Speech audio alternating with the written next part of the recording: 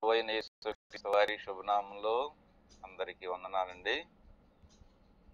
ఈరోజు శుభ శుక్రవారం, మంచి దినం శుక్రవారం అని మరి లోకమంతా కూడా మరి పాటిస్తున్న దినం.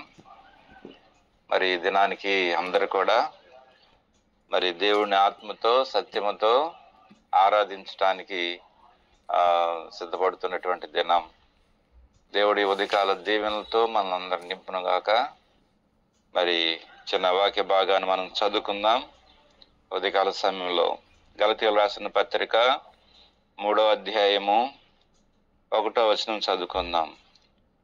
ఓ అవివేకులైన గలతీయులారా, మిమ్మును ఎవడు భ్రమ పెట్టెను? సిలువ వేయబడిన వాడైనట్టుగా యేసుక్రీస్తు మీ కన్నుల ఎదుట ప్రదర్శింపబడును కదా. దేవుడి దివ్యమైన లేఖన భాగాన్ని మనకుల్లో దీవించి ఆశీర్వదించును గాక. ఇక్కడ గలతీ ప్రజలు కూడా మరి దేవుని యొక్క మరి యేసుక్రీస్తు వారిని సిలువ వేయుచున్న యేసు ప్రభు వారిని వారు కన్నులారా చూశారని, వారు కన్నుల ఎదుట ఆ సిలువ అనేటువంటిది ప్రదర్శించబడినటువంటి వారుగా ఉన్నారని ఇక్కడ అపోస్తలుడైన పౌలు గలతీయులకు ఈ సమాచారము మరి వారికి రాసి పంపిస్తూ ఉన్నాడు. ఈ రోజున మనం సిలువను గురించినటువంటి మరి ధ్యానాన్ని అందరూ కలిగి ఉంటున్నారు కాబట్టి మనం కూడా ఈరోజు ఉదయమున కాలమున సిలువను గురించినటువంటి ఈ యొక్క భాగాన్ని మనం కూడా ధ్యానించేటువంటి వారుగా ఉందాం. కాబట్టి ఈ వాక్య భాగంలోంచి దేవుడు మనతో మాట్లాడును గాక. యేసు ప్రభు వారు సిలువ వేయబడుతున్నప్పుడు ఆ ప్రజలు అక్కడ వారిని చూసినట్లుగా మనము చూస్తాం అన్నమాట. అక్కడ దేవుడు వారిని చూశారు, వారు కల్లారా. అయితే ఆ సిలువలో వారు ఏమి చూశారు అనేది కొన్ని విషయాలు మనం ధ్యానించుకుందాం. ఈ ఉదయకాల సమయంలో వారు ఏం చూశారు ఆ సిలువలో అనేది మనం చూస్తాం అన్నమాట. ఇక్కడ మనం చూస్తే లూకాసు వార్త 23వ అధ్యాయము 34వ వచనం. లూకాసు వార్త 23:34 వచనంలో నుంచి ఒక మాట చదువుకుందాం. ఇక్కడ 23:34 వచనంలో నుంచి, యేసు, తండ్రి, వీరేమి చేయుచున్నారో వీరు ఎరుగురు గనక వీరిని క్షమించమని చెప్పాను. వారు ఆయన వస్త్రమును పట్టుకొనుటకై చీట్లు వేసిరి. ఇక్కడ మనం చూస్తున్నాం, నేరస్తులతో కూడా యేసు ప్రభువారు మరి సిలువేయబడినప్పుడు వారు ప్రజలందరూ అక్కడ చూస్తూ ఉన్నారు. అనేకమైన ప్రజలు అక్కడ నిలబడి ఉన్నారు. 7 రకాల ప్రజలు అక్కడ యేసు ప్రభువారు సిలువ చుట్టూ నిలబడి ఉన్నారు. యూదులు, అలాగే సైనికులు, తర్వాత అనేక మంది ప్రజలు, తర్వాత మరి శాస్త్రులు, సద్దుకాయలు అందరూ కూడా దాదాపు మరి కొన్ని రకాల ప్రజలు సిలువ చుట్టూరు ఉన్నారు. అయితే మరి ఆ సిలువలో విషయాలు కొన్నిటిని వారు తీక్షణంగా చూశారు అన్నమాట. అయితే ఏం చూశారు అని అంటే, ఇక్కడ యేసుక్రీస్తు ప్రభువారు మొట్టమొదటిగా ప్రార్థన చేస్తున్నాడు. తండ్రి, వీరేమి చేస్తున్నారో వీరు ఎరుగురు గనక వీరిని క్షమించుము అని ప్రార్థన చేస్తూ వచ్చారు. కాబట్టి మొదటి మనం ఏమంటే, క్షమాపణ అనేటువంటిది వారి చెవులతో విన్నారు, వారి కళ్ళు కూడా చూశారు అన్నమాట. అవును, మొదట మనము ఈ లోకానికి క్షమాపణ అనేటువంటిది చాలా ప్రాముఖ్యమైనటువంటిది అన్నమాట. ప్రభువులో క్షమాపణ ఉన్నదన్న విషయాన్ని ప్రతి ఒక్కడు కూడా ఈ లోకంలో తెలుసుకోవాల్సిన విషయం అన్నమాట. అది మార్కు సువార్త 2వ అధ్యాయము 5వ వచనంలో చూస్తే, 5వ వచనం, యేసు వారి విశ్వాసం చూసి, కుమారుడా, నీ పాపములు క్షమించబడి ఉన్నవని పక్షవాయు గలవానితో చెప్పాను. తర్వాత 2:10, అయితే పాపములను క్షమించుటకు భూమి మీద మనిషి కుమారునికి అధికారం కలదని తెలుసుకోవాలని వారితో చెప్పి. కాబట్టి ఇక్కడ చూస్తే మరి నీ పాపములు క్షమించబడి ఉండవని ప్రభు తన నోటితో చెప్పాడు. రెండవది ఏంటంటే, పాపములు క్షమించుటకు భూమి మీద మనిషి కుమారునికి అధికారం కలదని మీరు తెలుసుకోవాలని చెప్పాడు. కాబట్టి యేసుక్రీస్తు ప్రభువారు మరి యేసు ప్రభువారిలో క్షమాపణ ఉన్నదని ఈ లోకమంతా కూడా తెలుసుకోవాలి, ఈ లోకమంతా కూడా ఎరగగలిగిన వారిగా ఉండాలన్నమాట. ఎందుకనంటే మరి మరి రెండవ పేతురు 4వ అధ్యాయము 2 మన పాప స్థితి ఏమిటో అక్కడ జ్ఞాపకం చేస్తూ ఉంది అన్నమాట. 2 పేతురు 4వ అధ్యాయము 3వ వచనం చదువుతానండి. 4వ అధ్యాయము 3వ వచనము చదువుకుందాం. మొదటి పేతురు 4వ అధ్యాయం 3వ వచనం. ఇక్కడ మనము పోకిరి చేష్టలు, దురాశలను, మద్యపానమును, అల్లరితో కూడిన ఆటపాటలు, తాగుబోతులు, విందులు, చేయదగని విగ్రహ పూజలు మొదలైన వాటి యందు నడుచుకొనుచు అన్యజనులు ఇష్టము నెరవేర్చుకున్నటకును గతించిన కాలమే చాలును. చూసావా, మన పాప స్థితి ఇది. ఈ స్థితిలో ఉంటే క్షమాపణ లేకుండా డైరెక్ట్ గా మనం నాశనానికి పోస్తున్నటువంటి వారమై ఉంటున్నాం. అయితే ఆ ప్రేమ గల దేవుడు ఇట్టి పాపము నుండి విడిపించటానికి ఆయన ఈ లోకానికి వచ్చాడు, క్షమించటానికి ఆయన ఈ లోకానికి వచ్చాడు. కానీ ప్రతి ఒక్కరు కూడా ఆ విషయాన్ని తెలుసుకోవాల్సిన వారిగా ఉంటున్నాం. కాబట్టి మన పాపపు స్థితి నుండి మనల్ని బయటకు లాక్కురావటానికి, పాపపు స్థితి నుంచి మనల్ని క్షమించటానికి ఆయన మొట్టమొదటిగా సిలువలో క్షమాపణ అనేది దేవుడు పలికినటువంటి వాడుగా ఉంటున్నాడని దేవుని వాక్యం సెలవిస్తోంది. కీర్తన పుస్తకం 14వ అధ్యాయం 5వ వచనంలో పాపము భయాన్ని కలగజేస్తుంది. పాపానికి ఉన్న పవర్ చూడండి ఎలా ఉందో. మనం పాపము భయం కలగజేస్తుంది. సామెతలు 14వ అధ్యాయం చివరి వచనంలో మనం జ్ఞాపకం చేసుకుంటే పాపం అవమానం తీసుకొస్తుంది. తర్వాత కీర్తనలు 38, 2, 3 వచనాలు చూస్తే వ్యాధిని తీసుకొస్తుంది, వ్యాధిగ్రస్తుడిగా మారిపోతాడు. తర్వాత ఇర్మియా పుస్తకం 5వ అధ్యాయము 24వ వచనంలో చూస్తే మేలు కలగడానికి మీ పాపమే కారణమని అంటాడు అక్కడ. కాబట్టి మరి పాపమును బట్టి భయం, పాపమును బట్టి అవమానం, పాపమును బట్టి వ్యాధి, పాపమును బట్టి మేలు కలగకుండా ఉంటుంది అన్నమాట. ఇట్టి స్థితుల నుంచి మనం క్షమించబడవలసిన అవసరం 100% ఉంది. ఏ వ్యక్తి క్షమించబడలేదో క్షమాపణ నాకు అవసరం లేదనుకుంటున్నాడో ఇలాంటి 5 రకాల కీడులో గుండా మనుషుడు పోవలసినటువంటి వాడుగా ఉంటున్నాడు. కాబట్టి మనం ఈ లోకంలో దేవుని క్షమాపణ అనేది మనం అనిపించే వారంగా ఉండాల్సిన వారంగా ఉంటున్నాము. రెండవదిగా మనం చూస్తే సిలువలో వాళ్ళు చుట్టూరు మరి నిలబడి ప్రజలు వాళ్ళు చూస్తున్నటువంటి రెండవ విషయం ఏంటంటే అక్కడ సిలువలో అంతా కూడా రక్తమే. సిలువలో నుంచి ఆయన ప్రతి మరి ఆ పంచగాయములు అంటారు, కానీ పంచగాయములు పెద్దవి, అసలు చిన్న గాయాలు కూడా ఒంటి నిండా గాయాలే, ఒంటి నిండా ముఖం నిండా కూడా గాయాలు ఉన్నాయి అన్నమాట. దాదాపు కొన్ని వేల గాయాలు ఉన్నాయని మరి అక్కడ మరి రీసెర్చ్ చేసినటువంటి వారు చెప్తున్నారు. అంటే మరి ఒక చెరుకు గడను మిషన్ లో పెట్టి ఎన్ని రకాలుగా తిప్పి దాంట్లో పూర్తి రసం దిగేంత వరకు కూడా ఆ వ్యక్తి ఎలాగ నలుపుతాడో అలాగనే ప్రతి గాయంలో నుంచి కూడా పూర్తి రక్తము బయటికి రావాల్సినటువంటి విషయంగా ఉంది. అందుకనే యేసుక్రీస్తు ప్రభువారు మానవాళి విషయంలో ఆయన చేసినటువంటి క్రయధనం అది ఎంతో గొప్పది. అది ప్రతి చివరి రక్త బొట్టు అనగా నీరు, తర్వాత నీరు కూడా ప్రవహించును అని రాబడింది. కాబట్టి పూర్తి రక్తం పోయిన తర్వాత ఆ నీరు ప్రవహించును అని దేవుని వాక్యము రాబడింది. మరి రక్తము అనేటువంటిది వారు చూశారు. వాళ్ళ కళ్ళ నిండా కూడా ఏం కనపడుతుందంటే కంటి నిండా కూడా యేసు ప్రభువారు రక్తసిక్తమైనటువంటి గాయములతో రక్తము కారుతున్నటువంటి గాయాలను వారు చూడగలుగుతూ వచ్చారు, రక్తం చూడగలుగుతూ వచ్చారన్నమాట.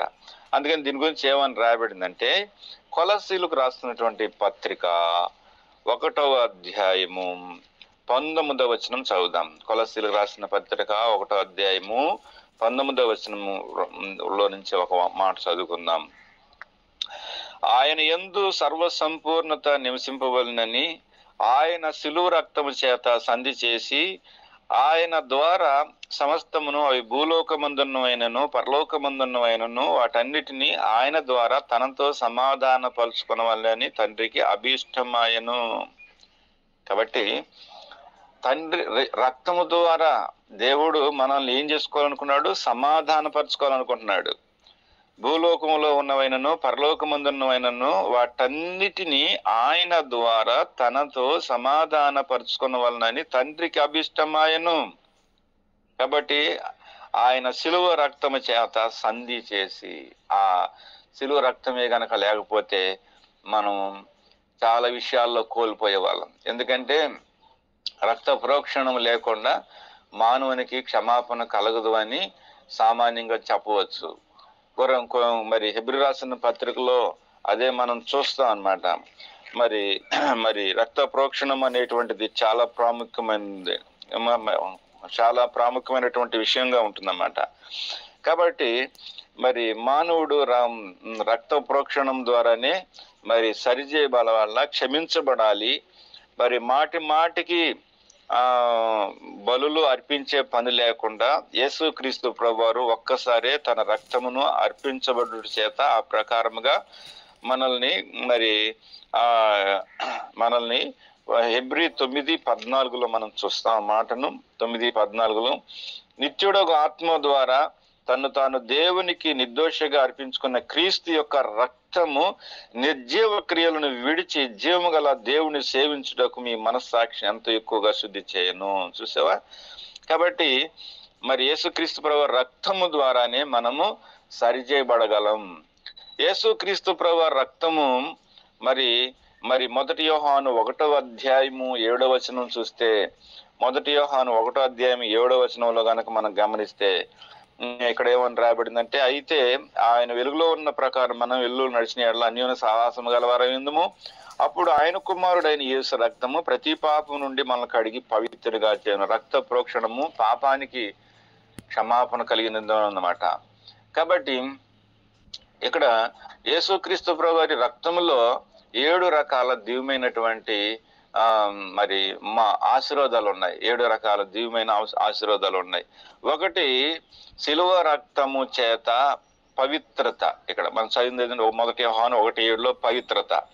అలాగే హెబ్రీ 9:14 మన మనస్సాక్షి శుద్ధి చేయబడుతుంది. అలాగే రోమీయులకు రాసిన పత్రిక 5:9 రక్తము ద్వారా నీతిమంతులుగా మనం తీర్చబడుతున్నాం. రోమా 5:9 ప్రకారంగా మనం చూస్తే ఇక్కడ ఆయన రక్తం ద్వారా మనం నీతిమంతులముగా తీర్చబడుతున్నామని అపోస్తలుడైన పౌలు జ్ఞాపకం చేస్తున్నాడు. చదువుదాం. 5:9 చదువుతున్నాను. కాబట్టి ఆయన రక్తం వలన ఇప్పుడు నీతిమంతులుగా తీర్చబడి మరింత నిశ్చయముగా ఆయన ద్వారా ఉగ్రత నుండి రక్షించబడుదుము. రక్తమును బట్టి మరి దేవుడు నీతిమంతులుగా తీర్చి ఉగ్రత నుంచి నేను కాపాడుతానని దేవుడు ఇక్కడ వాగ్దానం చేస్తూ ఉన్నారు. అలాగే అక్కడ మనం చదివాం కదా, 1 పేతురు రాసిన పత్రికలో నుంచి 1:18-19 1 పేతురు 1:18-19 పితృ పారంపర్యమని మీ వ్యర్థ ప్రవర్తన విడిచిపెట్టినట్లుగా వెండి బంగారముల వంటి క్షయ వస్తువుల చేత మీరు విమోచింపబడలేదు కానీ అమూల్యమైన రక్తం చేత, అనగా నిర్దోషము నిష్కలంకమైన గొర్రెపిల్ల వంటి క్రీస్తు రక్తం చేత మీరు విమోచింపబడతారని మీరు ఎరుగుదురు కదా. చూసావా? మరి ఇక్కడ మరి నిర్దోషమైన రక్తము చేత అన్నమాట, అంటే విడుదల మీరు పొందుతున్నారంట అనమాట. కాబట్టి ప్రభు రక్తంలో విడుదల ఉన్నది అన్నమాట. తర్వాత మనం చూస్తే ప్రకటన గ్రంథం 1:6 కూడా ఈ మాట ఉంది. మనల్ని ప్రేమించుచు తన రక్తం వల్ల మన పాపం నుండి మనల్ని విమోచించిన వానికి మహిమయు ప్రభావము యుగయుగములు కలుగునుగాక. ఆమేన్. ఆయన మనలను తన తండ్రి యొక్క దేవునికి ఒక రాజ్యము గాను యాజకులుగాను చేశాను. దేన్ని బట్టి? ప్రభు రక్తమును బట్టి. కాబట్టి ప్రభు రక్తమును బట్టి మనల్ని విడిపించాడు, విడుదల చేశాడు అన్నమాట. ఎఫెసీయులకు రాసిన పత్రిక 2:12 చదువుదాం. ఎఫెసీ 2:12 ఎఫెసీయులకు రాసిన పత్రిక 2:12 చదువుతున్నాం. ఆ కాలం మందు ఇశ్రాయేలుతో సహపౌరులు కాక పరదేశులను, వాగ్దానం నిబంధన లేని వారును, పరిజనులను, నిరీక్షణ లేని వారును, లోకమందు దేవుడు లేని వారై ఉండి క్రీస్తునకు దూరస్తులై ఉంటున్నారని మీరు జ్ఞాపకం చేసుకొనుడి. అయినను మునుపు దూరస్తులైన మీరు ఇప్పుడు క్రీస్తునందు క్రీస్తు రక్తం వలన సమీపస్తులై ఉన్నారు. క్రీస్తు రక్తం మనల్ని సమీపముగా తీసుకొచ్చింది. కాబట్టి సిలువ రక్తంలో ఏముందంటే పవిత్రత ఉంది. సిలువ రక్తంలో ఏముందంటే మన మనస్సాక్షి శుద్ధి ఉంది. క్రీస్తు రక్తంలో ఏముందంటే మన నీతిమంతత్వం ఉంది. ఉగ్రత నుంచి తప్పించబడటం ఉంది. తర్వాత క్రీస్తు రక్తంలో విడుదల, విమోచన ఉంది. క్రీస్తు రక్తంలో సమీపముగా మనల్ని, దూరంగా ఉన్న మనల్ని సమీపముగా తీసుకొస్తుంది. అదే క్రీస్తుగా రక్తం కార్చిపోయినట్టు ఈ రోజున మనకి ఇట్టి భాగ్యం ఉండేది కాదు. కాబట్టి క్రీస్తు రక్తం అనేది చాలా ఇంపార్టెంట్ అన్నమాట. ప్రతి ఒక్కరు ఈ లోకంలో జన్మించిన ఏ మానవుడైనా సరే క్రీస్తు రక్త ప్రోక్షణ కిందకు రాకుండా ఏ ఊరు కూడా మరి ఇట్టి గొప్ప ఆశీర్వాదములు ఏ మానవుడు కూడా పొందలేడు అన్నమాట. మూడవదిగా చూస్తే యేసు ప్రభువారి గాయములు కనపడుతున్నాయి. బాగా భయంకరమైన గాయాలు. ఆ గాయాలు ఎట్లా ఉన్నాయి అంటే, మరి మనం ఒక వ్యాక్సిన్ అయిన మనిషి తగిలిన దెబ్బలు, తీవ్రమైన దెబ్బల్ని మనం ఎలాగో చూడలేమో, యేసు ప్రభువారి యొక్క దెబ్బలు కూడా అలాగ భయంకరంగా కనపడుతున్నాయి. పెద్ద పెద్ద గాయాలు కొన్ని, చిన్న చిన్న గాయాలు కొన్ని. ఆ పెద్ద పెద్ద గాయాల్లో నుంచి వచ్చే బ్లడ్ చాలా భయంకరమైన పరిస్థితుల్లో అక్కడక్కడ కరుళ్ళు కట్టిపోయి చాలా భయంకరంగా ఆ గాయాలు కనపడుతున్నాయి. కొంతమంది గాయాలు చూడలేరు, రక్తం కూడా చూడలేరు. అయినప్పటికీ కానీ వాళ్ళు చూస్తూ ఉన్నారు. గాయాలు భయంకరమైన పెద్ద గాయాలు ఉన్నాయి ఆయనలో. ఈ గాయాల గురించి ఏమని రాయబడింది? మూడోది, గాయాలు చూస్తూ ఉన్నారు వాళ్ళు. వాళ్ళు ఎక్కువగా చూసిన వాళ్ళు చూసిన ఏంటి అంటే గాయాలు చూస్తూ వచ్చారు. మొదటి పేతురు పత్రికలో నుంచి 2వ అధ్యాయం 24వ వచనంలో ఈ మాట రాయబడింది. గాయములు చూడండి ఒకసారి. మరి మొదటి పేతురు 2వ అధ్యాయము 24వ వచనం చదువుతానమాట. మనము పాపముల విషయమై చనిపోయి నీతి విషయమై జీవించినట్లు ఆయన తానే తన శరీరమందు మన పాపములను మ్రాను మీద మోసుకొనును. అతడు పొందిన గాయముల చేత మీరు స్వస్థత పొందితిరి. గాయాలు దేనికంటే? స్వస్థత కొరకు. ఈ రోజున మానవుడికి స్వస్థత కావాలి. ఎన్నో వ్యాధులు, ఎన్నో భయంకరమైనటువంటి పరిస్థితులు. కొన్నిటికి మందులు లేవు, కొన్నిటికి ట్రీట్మెంటే లేదు అసలుకి. కొన్ని పరిస్థితులకి మానవుడికి ట్రీట్మెంట్ ఆర్థికంగా కూడా దొరకటం లేదు. చూపించుకోవడానికి ఆర్థికంగా కూడా సహాయం పడదు. ఇలాంటి పరిస్థితుల్లో ఉన్న ప్రతి ఒక్కడికి కూడా క్రీస్తు గాయములు ఎంతగానో ఉపయోగపడుతూ ఉన్నాయి. నా పరిస్థితి కూడా 1995 సంవత్సరంలో నాకు భయంకరమైన పరిస్థితి మరి సంభవించింది. విజయవాడ హాస్పిటల్స్, గుంటూరు హాస్పిటల్లో నేను తిరిగిన హాస్పిటల్ లేదు. తర్వాత ఒక దైవజనుడు నన్ను కొగ్గులర్ హాస్పిటల్ తీసుకెళ్లారు. ఇప్పుడు అది కొగ్గులర్ హాస్పిటల్లో లేదు, అక్కడ నడవటం లేదు. నా ట్రీట్మెంట్ తోటే అది క్లోజ్ అయిపోయింది. అక్కడ కాంతారావు గారు డాక్టర్ గారు ఉన్నారు. మరి మరణ పాశంలోకి వెళ్ళిపోయిన నన్నును మరి ఎన్నో హాస్పిటల్ తిరిగాను. ఎన్నెన్నో మంత్రగాళ్ళు కూడా తీసుకొచ్చి అంతరాలు కూడా వేయించారు. భయంకరమైనటువంటి ఖర్చులు అన్నమాట. అంతా అయిపోయింది. నా దగ్గర ఏం లేదు, ప్రాణం ఎక్కడో ఉంది అన్నమాట. కోమాలో ఉన్నాను నేను. అయితే డాక్టర్ గారు అన్నారు చనిపోతాడు, ఏం లేదని చెప్పేసి అన్నారు. అయితే చూద్దాము, కొద్ది రోజులు ఉంచండి అని చెప్పేసి అక్కడ 4 రోజులు ఉంచిన తర్వాత ఆయన మంచి ప్రార్థనా పరుడు డాక్టర్ గారు. అది తెల్లవాళ్ళది కాబట్టి అది మిషనరీ వాళ్ళ హాస్పిటల్. అది అక్కడ అందరు కూడా బిలీవర్సే, అందరు డాక్టర్స్ కానీ నర్సులు కానీ అందరు బిలీవర్సే అన్నమాట. అయితే దేవుడు నన్ను అక్కడ వాళ్ళు చూసి ప్రార్థన చేసి కొద్ది రోజులు ఉంచుకొని ట్రీట్మెంట్ స్టార్ట్ చేశారు. దేవుడు మాట్లాడాడు, ఇతను దైవ సేవకుడు అవుతాడు, ఇతను ట్రీట్మెంట్ చేయండి అని ప్రభు మాట్లాడాడంట. ఆ మాటలు ఉదయాన్నే వచ్చి డాక్టర్ గారు నాతో చెప్పాడు, నువ్వు దేవుని పని చేయాలంటే నువ్వు మరి ఆయన ఎట్లా అన్నాడు, అయ్యగారు నువ్వు దేవుని పని చేయాలంట, నువ్వు నమ్మకంగా ఉండు, దేవుని పనిలో నిన్ను దేవుడు స్వస్థపరచబోతున్నాడు అని చెప్పేసి డాక్టర్ గారు చెప్పాడు, స్వయాన్ని చెప్పాడు. ఆయన వచ్చి అన్నమాట. తర్వాత అట్లాగూ ప్రతిరోజు ఉదయాన్ని వచ్చి ట్రీట్మెంట్ చేసి నన్ను అయ్యగారు అని పలకరించి వెళ్ళేవాడు. ప్రార్థన చేసుకో, ఇగో ఈ పుస్తకాల్లో ఉన్న వాక్యాలు చదువుకో అని చెప్పేసి కొన్ని పుస్తకాలు ఇచ్చేవాళ్ళు. అవన్నీ చదువుకుంటూ వచ్చామాట. దేవుడు అక్కడ నా నా నా బెడ్కి పైన సిలువలో ఏలాడుతున్న యేసు ప్రభువారి బొమ్మ ఉంది. దాని కింద ఒక మాట రాయబడింది, అతడు పొందిన దెబ్బల చేత మీకు స్వస్థత కలుగుతూ ఉన్నదని. యెషయా గ్రంథం 53 అధ్యాయంలో ఉన్న అక్కడ ఒక మాట రాయబడింది అక్కడ.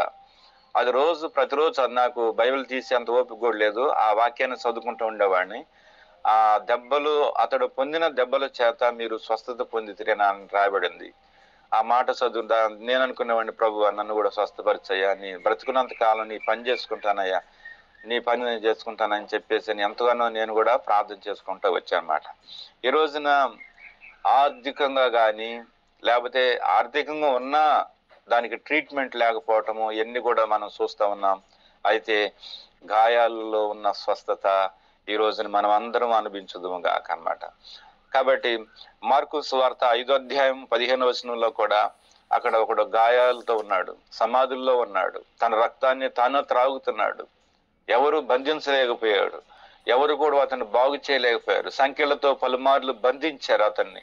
అయితే అవి తెంచుకుని భయంకరమైనటువంటి రక్తసిక్తమైనటువంటి పరిస్థితుల్లో గాయములతో ఉన్నవాడుగా ఉన్నాడు. తర్వాత దేవుడు అతన్ని దర్శించినప్పుడు అతని గాయాలన్నీ కూడా మానిపోయి తన మానసికమైన రోగం కూడా పోయింది. తర్వాత తాను గాయపరుచుకుంటున్న స్థితి ఆపేశాడు. తర్వాత నిలబడ్డాడు. తర్వాత స్వస్థత పడి, ప్రభు నేను నీతో కూడా ఉంటానంటే, లేదు లేదు నువ్వు నాతో ఉంటానికి లేదు, నీకు ఏవైతే దేవుడు చేశాడో అవి పోయి నువ్వు అందరికి పంచుకోవాలని చెప్పినప్పుడు దేవుడు అతన్ని సంపూర్ణంగా స్వస్థపరిచాడు. అంటే భౌతికంగా, మానసికంగా, ఆధ్యాత్మికంగా ఎవడు ఏ రోగమును అనుభవించడానికి వీలు లేదు అని దేవుడు ఆ గాయాలను మన కొరకై మిగిల్చి వేసి ఉన్నాడు అన్నమాట. కాబట్టి వాళ్ళు చూస్తున్న విషయాలు గాయాలు. తర్వాత ఇక మనం చూస్తే సిలువలో వేదన అనేది కనపడుతుంది. ఆయన చాలా భయంకరమైనటువంటి ఆయన వేదనతో ఉన్నట్లుగా ప్రజలు చూస్తూ వచ్చారన్నమాట. 4వదిగా ఏం చూశారంటే వేదన చూశారు. మత్తయి సువార్త 27వ అధ్యాయము 46వ వచనం చదువుదాం. దీన్ని సందర్భించిన ఒక మాట చదువుకుందాం తీండి. మత్తయి సువార్త 27వ అధ్యాయము 46వ వచనం అండి. 27వ అధ్యాయం 46వ వచనం చదువుతాం. 27:46 వచనము. ఇంచుమించు 3 గంటలప్పుడు యేసు ఏలి ఏలి లామా సబక్తాని అనే బిగ్గరగా కేకవేసెను. ఆ మాటకు నా దేవా నన్ను ఎందుకు చేయి విడిచితివని అర్థము. అంటే ఈ మాటలో ఉన్నటువంటి అర్థం ఏంటంటే వేదన అన్నమాట. ఆయన వేదన పడుతూ ఉన్నాడు. వేదనలో ఉన్నట్లుగా ప్రజలు గుర్తించారు. చాలా బాధపడుతున్నట్లుగా ఆయన చూశారు. ఆయన్ని ఎందుకు బాధపడుతున్నాడో అనేది మనం దేవుని వాక్యంలో నుంచి మనం చూస్తే, మరి దేవుని వాక్యంలో చూస్తే అంటాడు, మరి ఒక స్త్రీ వేదన పడినప్పుడు యోహాను సువార్త స్త్రీ తన వేదన పడినప్పుడు యోహాను సువార్త 16వ అధ్యాయము 21వ వచనం చూద్దాము. 21వ వచనంలో 16వ అధ్యాయము 21వ వచనం చూద్దాం. స్త్రీ ప్రసవించినప్పుడు ఆమె గడి వచ్చెను గనుక ఆమె వేదన పడును. అయితే శిశువు పుట్టగానే లోకముందు నరుడొకడు పుట్టినను సంతోషం చేత ఆమె ఆ వేదనను మరి జ్ఞాపకం చేసుకొనదు. చూసావా, స్త్రీ ఆమె ప్రసవ దినాలు పూర్తయినప్పుడు భయంకరమైనటువంటి నొప్పులతో బాధపడుతుంది. అయితే ఆ నొప్పులు ఎట్లా మర్చిపోయింది అంటే ఒక బిడ్డ జన్మ ఇవ్వగానే ఆ పొందిన ఆ నొప్పులన్నీ కూడా మర్చిపోయింది అన్నమాట. అందుకని మరి యెషయా గ్రంథంలో అంటుంది, రెఫరెన్స్ గుర్తులేదు, ఒక జనము జన్మించటానికి ఒక నాటి ప్రసవ వేదన సరిపోనా అని అంటాడు అన్నమాట. అంటే జనము అనగా ఆత్మలు సంపాదన కలిగి ఉండాలంటే, అనేకులు రక్షణలోకి రావాలంటే వేదన అనేది చాలా ఇంపార్టెంట్. వేదన పడాలి. ఈ రోజున మనం ఆత్మల కోసం ఎన్నో వేదన పడుతున్నాం. ఎంతో వేదన పడితే గనక ఒక ఆత్మకి మనం జన్మనివ్వలేకపోతున్నాం అన్నమాట. అలాగే యేసు ప్రభు వారు ఆ వేదన అనేటువంటిది ఎందుకోసం అంటే, ఆయన తర్వాత ఇంకా అనేక ఆత్మలు క్రీస్తులో జన్మించాలి అనేటువంటి విధానంలో అన్నమాట, క్రీస్తులోకి రావాలి అనేటువంటి విధానంలో ఆ వేదన అనిపించాడు అక్కడ. కాబట్టి మరి ఒక జనము జన్మించడానికి ఒక నాటి వేదన సరిపోవనని వాక్యంలో వ్రాయబడినట్లుగా మనం కూడా ఆ వేదనతోనే మనం ఆత్మలు కనే వారంగా ఉండాలి, ఆత్మను ప్రభులోకి నడిపించేటువంటి వారంగా ఉండాలి అనేటువంటి విషయం ఇక్కడ జ్ఞాపకం చేయబడుతుంది అన్నమాట. ఇక చివరిగా విషయం చూద్దామన్నమాట. ఫిలిప్పీ రాసిన పత్రిక 2వ అధ్యాయము, ఫిలిప్పీ రాసిన పత్రిక 2వ అధ్యాయం అండి 8వ వచనం చదువుకుందాం. 8వ వచనం, మరియు ఆయన ఆకారమందు మనుషుడుగా కనబడి అనగా మరణము పొందినంతగా, అనగా సిలువ మరణము పొందినంతగా విధేయత చూపిన వాడై తను తాను తగ్గించుకొనెను. సిలువ మరణమును పొందినంతగా విధేయత చూపిన వాడై తను తాను తగ్గించుకొనెను అన్నమాట. సిలువలో మరణం చివరిగా మనం చూస్తే సిలువ మరణం అన్నమాట. సిలువ మరణం దేనికంటే మొదటి కొరింథీ రాసిన పత్రిక 4వ అధ్యాయము 12వ వచనం చదువుకుందాం. 4వ అధ్యాయము 12వ వచనం చదువుదాం. 12వ వచనం 2వ కొరింథీ అట్టుంది, క్షమించండి. 2వ కొరింథీ 4వ అధ్యాయము 12వ వచనం చదువుకుందాం. 2వ కొరింథీ 4:12వ వచనం.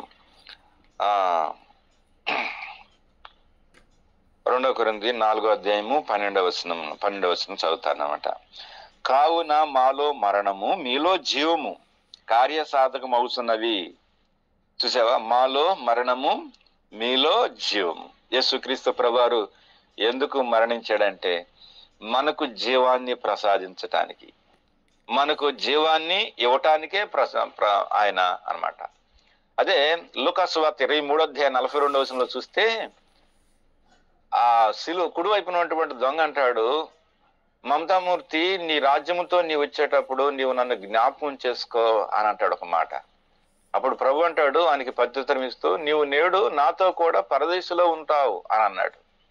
అంటే దేవుని రాజ్యములో, దేవుని మహిమలో, దేవుని ఆనందములో మనం ఉండాలని దేవుడు ఆ మరణాన్ని అనుభవించినట్లుగా మనం చూస్తున్నాం. క్రీస్తు యొక్క మరణం మనలో జీవం పోయటానికి అన్నమాట. మనల్ని బ్రతికించటానికి ఆయన మరణించాడు. మనకు పరలోక ద్వారం తెరవటానికి, మనల్ని నిత్య రాజ్యములో మనం స్వతంత్రులుగా చేసుకోవటానికి ఆ దైవ కుమారుడు మనందరి కోసం ఆయన మరణాన్ని అనుభవించినట్లుగా మనం చూస్తాం అన్నమాట. కాబట్టి యేసుక్రీస్తు వారి యొక్క మరణము పొందకపోతే ఈ రోజున మనకి ఇంత భాగ్యం మనకి దొరికేది కాదు. ఇటు గొప్ప భాగ్యాన్ని, ఇటు గొప్ప ధన్యతను ప్రభు మన కోసం ఇచ్చాడన్నమాట.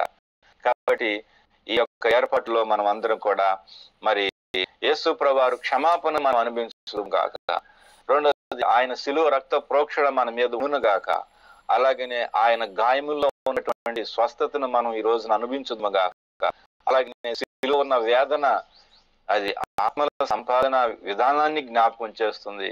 మనం ఇంకను దేవుని కొరకు కొన్ని ఆత్మలను సంపాదించి దేవుని మహిమ కొరకై నిలబడదుము గాక. సిలువలో ఉన్నటువంటి ఆయన మరణం యొక్క విలువ ఏంటో ఈరోజు మనం అందరం ఎరిగి సిలువ మరణంలో ఉన్నటువంటి ఆధిక్యతలను, ఆశీర్వాదాలను మనం అందరమును కూడా అనుభవించుదుము గాక. అట్టి కృప మనందరికీ దేవుడు దయచేయును గాక. దేవుడు దీవించి ఆశీర్వదించును గాక. అందరికీ